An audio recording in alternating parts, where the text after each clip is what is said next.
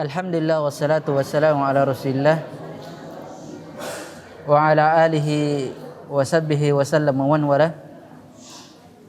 Asyhadu an la ilaha illallah wahdahu la syarika lah wa asyhadu anna Muhammadan abduhu wa rasuluhu sallallahu alaihi wasallam tasliman katsira, amma ba'd. Alhamdulillah, segala puji bagi Allah Subhanahu wa taala, Rabb semesta alam. Kita memuji Allah Subhanahu wa taala dengan pujian yang ikhlas, pujian yang tinggi, pujian kecintaan, pengagungan hanya kepadanya. Kemudian salawat dan salam atas Nabi Allah Muhammad sallallahu alaihi wasallam beserta keluarga dan para sahabatnya. Wa huwa uswatun hasanah. Qala al-musannif rahimahullah ta'ala Abul Barakat, beliau berkata, bab suhbatul wakur, babus suhbatil wakur, bab pertemanan yang teguh, pertemanan yang betul-betul dilandasi dengan keseriusan, bukan pertemanan yang hanya berteman ada maunya atau berteman karena kelezatan dunia, atau hanya berteman karena menginginkan sesuatu yang lebih darinya, bukan itu. Tapi pertemanan itu harus dengan pertemanan yang teguh. Ini adalah adab-adab dari pergaulan, adab-adab dari pertemanan, adab-adab persaudaraan. Ini harus diingat ini. Ini banyak sekali kita terjatuh dari pertemanan itu, terjatuhnya apa? Cepat sekali berselisih. Betapa cepat berselisih. Baru berteman dia tertawa bercengkrama di situ, nanti sore hari sudah berselisih dia. Karena tidak didasari dan dilandasi dengan suhbatul wakur, yaitu pertemanan yang serius, pertemanan penuh dengan keteguhan. Kata beliau di sini, wa minha suhbatu man yustahya minhu liyasjurahu dzalika 'anil mukhalafat. Faqad qala Ali karramallahu wajha. Ini kalau dia mengatakan Ali karramallahu wajha, berarti at-tasayyu huwa rajulun yatasayyu, seorang laki-laki yang punya berpemikiran syiah terhadap yang melebihi terhadap ahlul bait. Kata beliau, Ali radhiyallahu an ahyul haya bimujalasati man yustahya min. Wa qala Ahmad ibn Hanbal rahimahullah ta'ala, ma awqadni fi baliyya illa suhbatu man la ahtasimahu. Lihat, ini kita baca pelan-pelan supaya antum bisa catat-catat sedikit. Beliau mengatakan di antara adab-adab pergaulan, adabul isra, adab-adab pertemanan, adab-adab persaudaraan, yaitu suhbatu man yustahya minhu, yaitu berteman bersama pada orang-orang yang mana orang tersebut memiliki sifat malu, ada sifat malu padanya. Ya, nanti akan kita terangkan. Al-haya la ya'ti illa bi khair, kama qala Nabi sallallahu alaihi wasallam. Malu itu tidaklah datang kecuali pasti kebaikan. Al-haya'u kulluhu khair.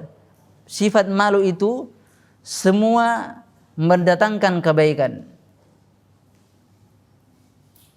Semua mendatangkan kebaikan. Bahkan al-haya'u minal iman. Al-haya minal iman, itu sudah jelas, sudah kita terangkan adil-adilanya. Sebagaimana Nabi sallallahu alaihi wasallam, kama marra Nabi sallallahu alaihi wasallam birajulin wa huwa ya'idu akhahu faqala da'hu wa huwa ya'idu'ahu fil haya faqala da'hu fa innal haya minal iman. Nabi SAW melewati seseorang, kemudian orang tersebut memberikan nasihat kepada saudaranya. Kemudian Nabi SAW mengatakan biarkan dia memberikan nasihat kepada saudaranya tentang apa? Tentang malu, tentang perasaan malu, tentang sifat malu. Karena malu itu bagian daripada iman. Malu itu bagian daripada iman. Dia adalah keiman. Idza rufi'al haya rufi'al iman. Apabila malu itu diangkat, maka keimanan pun akan diangkat. Apabila iman itu terangkat, maka sifat malu pun tidak ada padanya. Maka dia harus bergandengan, tidak mungkin dia terpisahkan. Wal kuffar ma indahum haya. Kufar itu tidak memiliki sifat malu padanya. Sifat malu itu hanya dimiliki oleh seorang muslim, seorang mukmin. Itu harus kita memahami sampai di situ. Kemudian kenapa malu? Kenapa berteman kepada orang yang punya sifat malu? Yang mana orang tersebut, karena orang yang memiliki sifat malu itu dapat menjauhkan kamu dari perkara-perkara mukhalafat, dapat menjauhkanmu dari perkara-perkara yang menyelisihi syariat. Iya.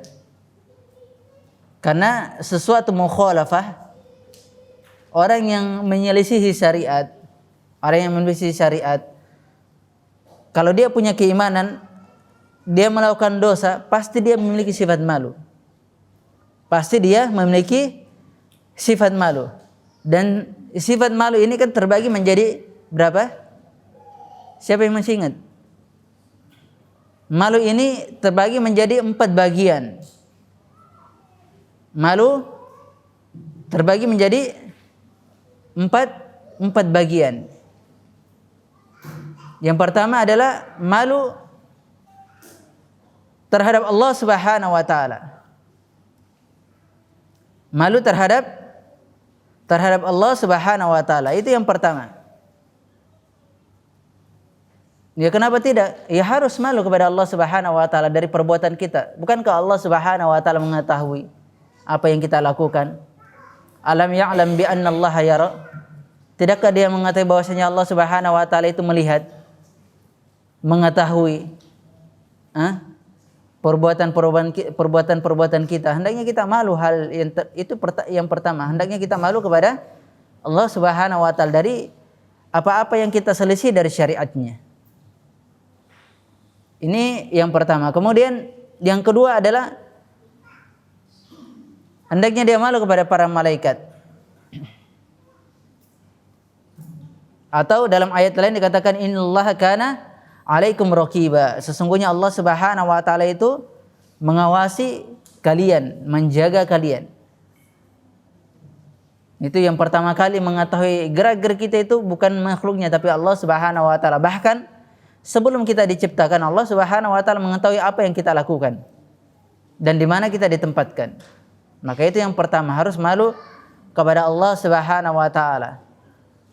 Jangan dia terhadap di kelayak ramai dia memiliki sifat malu, namun dia dalam keadaan sendirian dia tidak memiliki sifat malu. La haula wala quwata illa billah. Ini tidak pantas hal yang seperti ini. Kalau dia malu, hendaknya dia juga malu. Jika dia malu kepada orang lain, maka dia juga malu kepada dirinya sendiri. Dalam keadaan sendirian dia bermaksiat kepada Allah Subhanahu wa taala, karena Allah Subhanahu wa taala melihat dia. Allah Subhanahu wa taala melihat dia. Allah Subhanahu wa taala berfirman, "Ya'lamu kha'inatal a'yuni wa ma tukhfis sudur."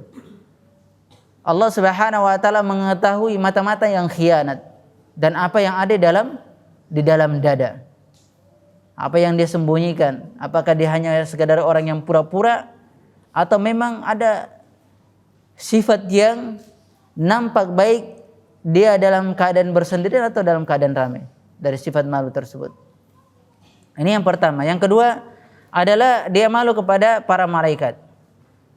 Kenapa dia malu pada malaikat? Karena malaikat yang mencatat sisi kiri dan kanannya, iya kan? Ini saya ulang lagi kayaknya, tapi tidak masalah. Min babil faedah. Malu kepada para malaikat. Kenapa malu pada para malaikat? Karena kiri dan kanannya ada malaikat yang mencatat perbuatan baiknya, mencatat ucapan yang baik, ucapan buruk, atau perbuatan yang baik maupun perbuatan buruk. Itu dicatat. Dalam keadaan ramai kita begini, kita menulis, malaikat sudah mencatat. Kita berbicara, malaikat sudah mencatat. Apa yang keluar dari kebaikan akan dicatat dan tidak akan luput dari catatan para malaikat. Tidak akan luput dari catatan para malaikat. Apa yang kita lihat, apa yang kita dengarkan, apa yang kita lirik, apa yang kita langkahkan dari kaki-kaki kita, itu semua dicatat oleh para malaikat. Sama sekali tidak akan luput. Maka kita punya sifat malu terhadap para malaikat. Memiliki sifat malu kepada para malaikat.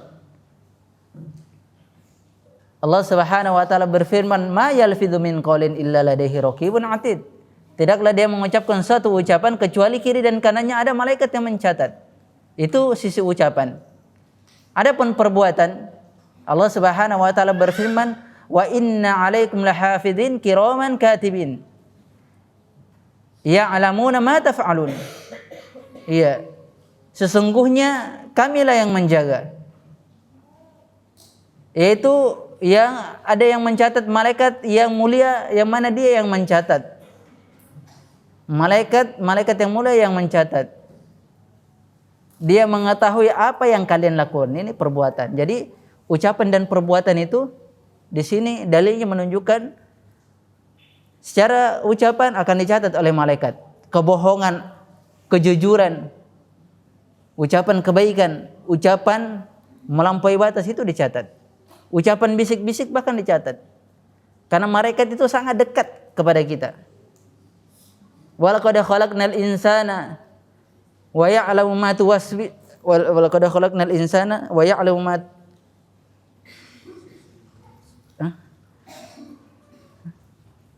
walaqad khalaqnal insana wa ya'lamu ma tuwaswisu bihi nafsu. Ya, walaqad khalaqnal insana wa ya'lamu ma tuwaswisu bihi nafsu wa nahnu aqrabu ilaihi min hablil warid. Ya. Dan sungguh kami telah mengetahui, walaqad khalaqnal insana, dan sungguh kami telah menciptakan manusia. Dan apa yang dia bisikkan di dalam jiwa mereka. Dan kami lebih dekat daripada urat leher mereka. Kami lebih dekat daripada urat mereka. Dzakara Ibnu Katsir rahimahullah taala fi tafsir hadhil ayat wa huwal malaikah. Meskipun ada yang menafsirkan yang lain, tapi Ibnu Katsir rahimahullah taala menyebutkan tafsir ayat ini bahwasanya kami lebih dekat daripada urat leher mereka adalah malaikat yang mencatat. Malaikat yang mencatat. Ya, begitu ya. Ini harus malu kepada para malaikat. Jangan antum seenaknya saja, ya nanti antum akan dapatkan balasannya. Al jazaa'u min jinsil amal. Apa yang antum lakukan dari amal perbuatan pasti akan dibalas, baik di dunia maupun di akhirat, terlebih lagi di akhirat. Kemudian yang ketiga, dia malu kepada apa? Kepada manusia. Dia malu kepada manusia. La khaira fiman lam yastahi minan nas. Tidak ada kebaikan bagi orang yang tidak memiliki rasa malu kepada manusia. Sebagaimana yang dikatakan oleh Hudzaifah ibnul Yaman. Maka tidak ada kebaikan orang yang tidak memiliki sifat malu terhadap manusia. Kemudian yang terakhir adalah hendaknya dia malu kepada diri sendiri. Ya, kadang kita ke dalam keadaan sendiri, malunya saya ya. Iya kan? Kalau melakukan kemaksiatan atau melakukan kesalahan, waduh malunya saya. Itu harus dia malu kepada diri sendiri. Kalau sudah tidak ada rasa malu kepada diri sendiri, berarti perlu dipertanyakan keimanannya. Perlu dipertanyakan keimanannya. Sebagaimana yang diterangkan oleh Nabi sallallahu alaihi wasallam, ma karihta in yarahu an-nas fala taf'alhu idza khalauta. Apa yang engkau benci jika manusia itu melihatnya? Apa yang engkau benci jika manusia itu melihatnya, maka jangan engkau lakukan ketika engkau dalam keadaan sendirian. Ya. Kalau engkau benci sesuatu perbuatan yang jelek, yang itu dilihat oleh manusia, maka dalam keadaan sendirian jangan juga kamu lakukan. Maka hendaknya engkau malu terhadap diri sendiri. Ini sifat malu yang diterangkan oleh para ulama, 4 bagian daripada sifat malu tersebut.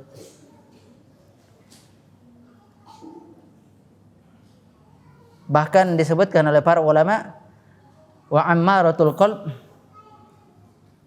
bil haibati wal haya. Ammarah, bahwasanya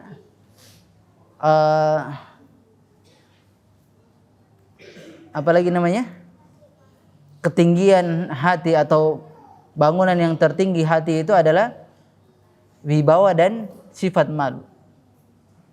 Wibawa dan sifat malu. Fa idza dhahaba minal qalbi lam yabqa fihi khair. Apabila keduanya ini hilang, kewibawaan tidak ada dan dia tidak memiliki sifat malu, maka tidak ada kebaikan pada orang tersebut. Ya, antum lihat saja secara kenyataan, kita bisa melihat orang-orang yang tidak punya sifat malu, dia melakukan keonaran seolah-olah dia tidak dihormati. Tapi kalau orang yang punya wibawa, kemudian orang itu pemalu, pasti orang-orang akan segan kepadanya. Orang-orang akan segan, bahkan untuk diganggu pun orang akan segan. Padahal dia tidak punya kemampuan, tidak punya keahlian bela diri, tidak punya keahlian dalam hal-hal yang bisa membela dirinya. Ya, kalau yang sekarang apa? Ilmu-ilmu karate ya. Ya, itu dia tidak punya. Tapi karena dia punya wibawa, punya sifat yang membuat orang-orang itu segan terhadap dirinya, membuat orang-orang segan terhadap dirinya.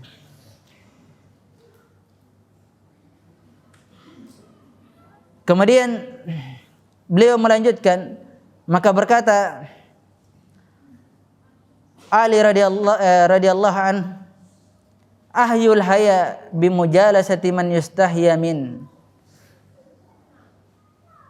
Hidupkanlah sifat malu tersebut dengan bermajlis terhadap orang-orang yang memiliki sifat malu. Terhadap orang-orang yang memiliki sifat malu. Siapa yang paling tinggi sifat malunya? Ayo. Ada yang bisa jawab? Saya kasih sekarang hadiahnya. Siapa yang paling tinggi? Yang paling tinggi sifat pemalunya? Hah? Utsman katanya. Hah? Para ulama. Antum banyak sekali yang jawab tapi salah. Hah? Hah? Siapa yang paling tinggi sifat pemalunya? Hah? Hah? Siapa? Hah? Hah? Allah. Enggak, maksudnya dari makhluk Allah Subhanahu wa taala. Hah? Betul antum Rasulullah. Ana kalau antum bilang Rasulullah itu mana dalilnya? Ayo, siapa yang mau jawab? Enggak, satu orang yang yakin jawabannya, baru diancam begitu takut.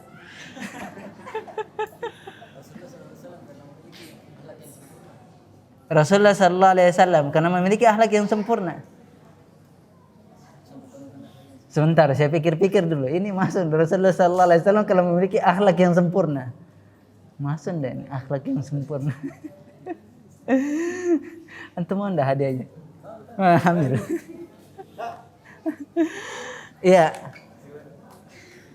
Adalah yang paling pemalu adalah para anbiya dan rasul.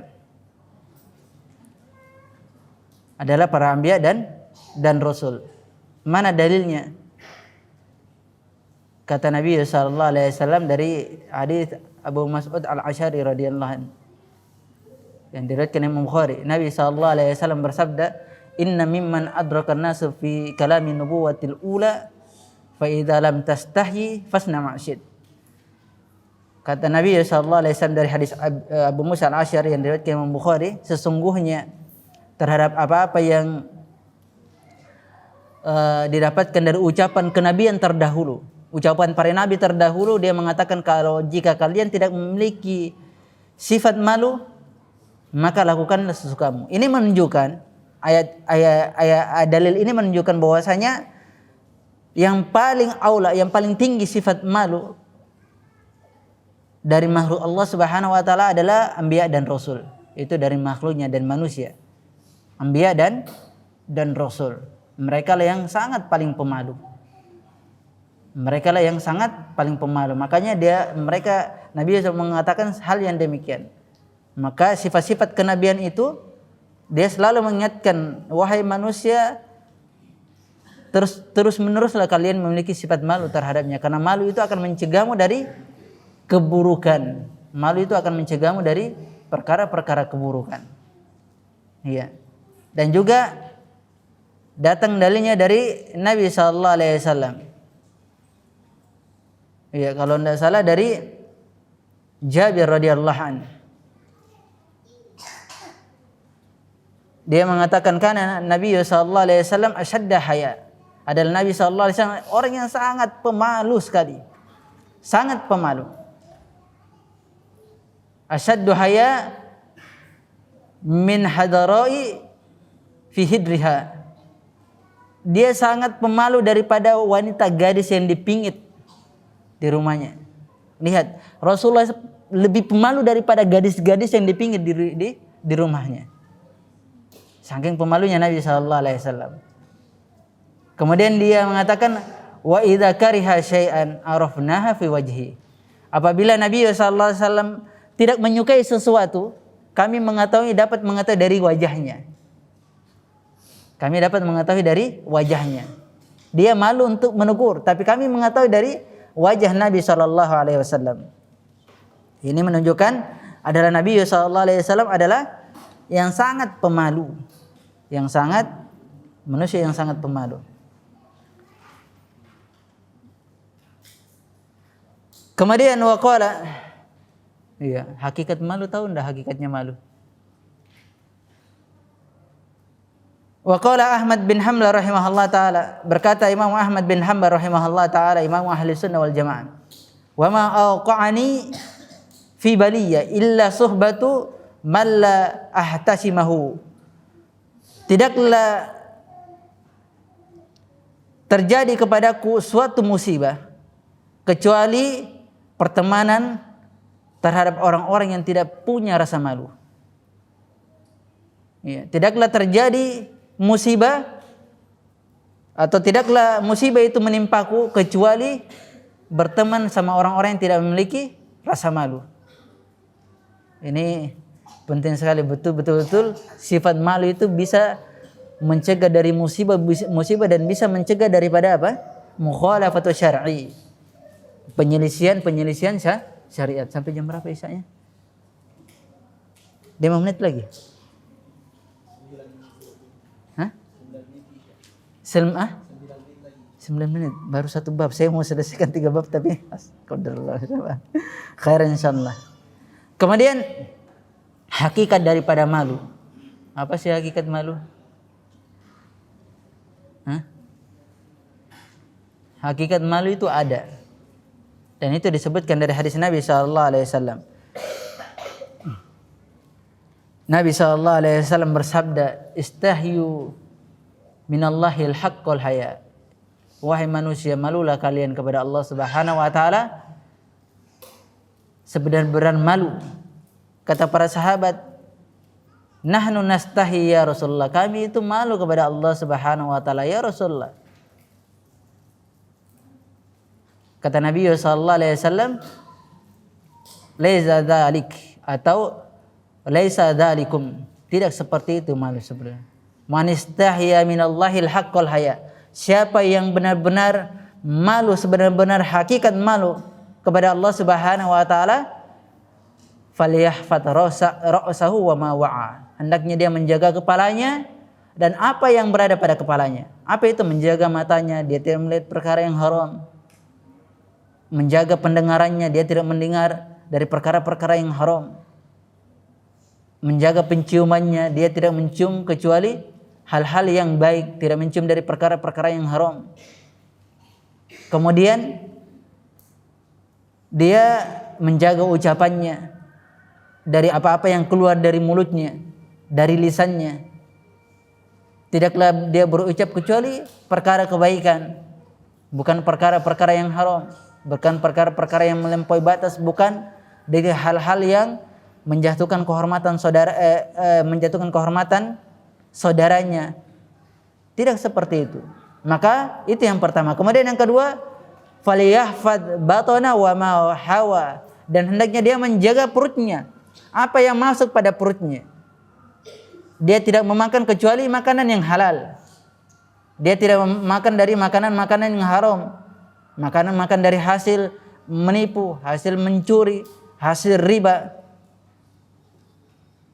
Dan dia tidak meminum kecuali minuman-minuman yang halal yang diberikan. Minuman-minuman yang memang itu dari jerih payah dia. Dan dia tidak makan daging saudaranya secara ma'nawi. Apa daging saudaranya secara ma'nawi? Menggosip, bahasa kerennya, yaitu ghibah, namimah. Ayuhibbu ahadukum ayyakula lahma akhihi maitan fakarihtumu. Sukakah kalian itu memakan daging saudara kalian yang kalian pasti membenci untuk memakannya? Itu secara ma'nawi ya. Maka paling buruknya bangkai yang dimakan adalah bangkai saudara, yaitu memakan bangkai saudaranya dengan menceritakan dia menjatuhkan kehormatannya. Ini sudah kita jelaskan dulu ini kita telah jelaskan. Kemudian waliyadzakkarul maut wal bala, hendaknya dia terus-menerus mengingat kematian, bahwasanya kematian itu ada di depannya, agar dia senantiasa kembali kepada Allah dan mengingat dari kesalahan-kesalahannya, dan dia malu kepada Allah Subhanahu wa taala. Wal bala, dia mengingat bahwasanya dia ditimpakan ujian ini disebabkan apa? Dosa. Disebabkan dosa. Tidaklah seorang ditimpakan suatu musibah kecuali dosa yang dia lakukan. Iya, dosa apa? Pertengkaran di dalam rumah tangganya, pertengkaran terhadap saudaranya, pertengkaran antara suami dengan istri, antara dia dengan anaknya, itu sebabnya adalah apa? Dosa. Sebabnya kemaksiatan. Sebabnya bermaksiat kepada Allah Subhanahu wa taala. Maka tinggalkanlah kemaksiatan ini. Maka jalan hidup kita akan menjadi sakinah, akan tentram. Kemudian kata Nabi sallallahu alaihi wasallam, "Wa man arada al-akhirah taraka zinatad dunya." Barang siapa yang menginginkan kehidupan akhirat, hendaknya dia meninggalkan perhiasan dunia. Karena dunia ini hanya sekedar sarana, bukan untuk kita mengumpulkan. Semakin banyak orang mengumpulkan dunia, semakin berat hisabnya. Semakin banyak dia mengumpulkan dunia ini, semakin berat hisabnya. Namun yang paling ringan hisabnya adalah orang yang memiliki dunia ini sedikit. Ad-dunya wasilah ilal akhirat. Dunia itu sarana untuk menuju negeri akhirat. Dia hanya sarana saja. Semua yang ada di dunia ini adalah yang Allah berikan, baik dari zaman terdahulu sampai zaman ila akhir zaman. Semua itu sarana untuk menuju kepada negeri akhirat. Persiapan apa yang kita siapkan? Pakaian itu sarana untuk beribadah. Kendaraan sarana untuk beribadah. Semua, apapun yang ada di dunia ini, baik makan, minum, buah-buahan, apa yang kita makan ini sebenarnya itu sarana untuk kita beribadah dan sampai kepada negeri akhirat. Bukankah Nabi sallallahu alaihi wasallam mengingatkan kita, kun fid dunya ka'annaka gharib aw 'abir sabil. Hiduplah engkau di dunia seakan-akan engkau itu adalah asing dan orang yang melakukan perjalanan. Bagaimana sih kalau orang melakukan perjalanan? Ya tentu punya tujuan kan? Orang musafir. Orang punya tempat tinggal, tempat kembali. Ketika dia musafir, dia melakukan perjalanan, apa yang dia harus persiapkan seorang musafir? Bekal untuk sampai ke rumahnya. kita apa yang kita persiapkan untuk sampai ke negeri akhirat. Negeri yang Allah Subhanahu wa taala janjikan, bekal apa? Bekal amalan soleh. Sebaik-baik bekal adalah at-taqwa. Tazawwadu fa inna khairaz zadi taqwa. Berbekallah kalian karena sebaik-baik bekal adalah at-taqwa. Kata Nabi sallallahu alaihi wasallam, "Wa man fa'ala dzalik faqad istahya minallahil haqqul haya." Siapa yang telah melakukan hal ini, siapa yang telah melakukan perkara-perkara ini, sungguh dia telah malu kepada Allah Subhanahu wa taala sebenar-benar hakikat malu. Sungguh dia telah merealisasikan dari sifat malu kepada Allah Subhanahu wa taala. Jelas? Sudah dulu ya. Insyaallah kita di pertemuan berikutnya kita akan bahas ikhlatu fis suhbah, keikhlasan dalam berteman. Bagaimana tata caranya ikhlas dalam berteman. Ya, ada satu hadiah. Siapa yang mau jawab? Sebutkan hadis Nabi sallallahu alaihi wasallam yang belum pernah dapat hadiah. Belum pernah dapat hadiah itu yang di belakang. Belum pernah. Sudah, belum pernah. Belum pernah dapat hadiah. Coba sebutkan hadis Nabi sallallahu alaihi wasallam. Al-haya'u minal iman. Lagi. Ayo cepat.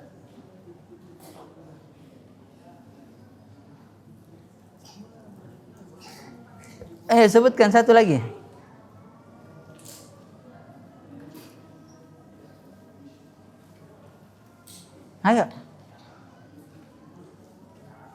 Ayo satu lagi cepat. Bahasa Indonesianya saja.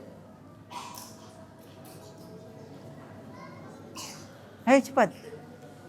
Nanti saya kasih setengah nanti. Ayo cepat. Al-haya'u minal iman.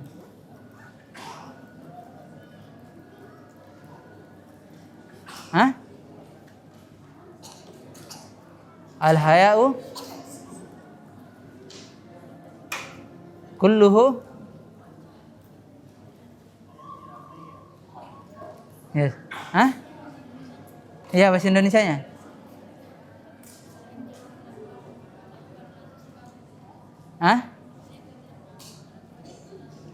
Apa?